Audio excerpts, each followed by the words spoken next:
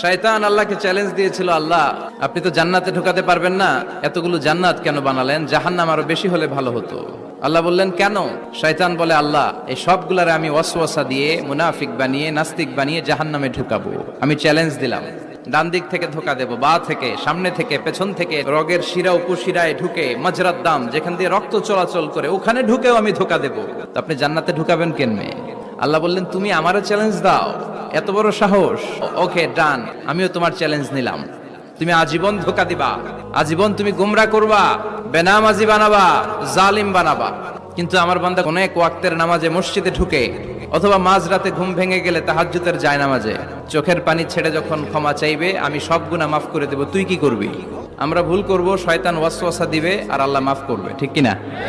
দিনের 24 ঘন্টা তিনি বসে থাকেন, কখন আমার বান্দা চোখের পানি ছেড়ে আমার কাছে ক্ষমা চায় আর আমি আল্লাহ ক্ষমা করে দেব।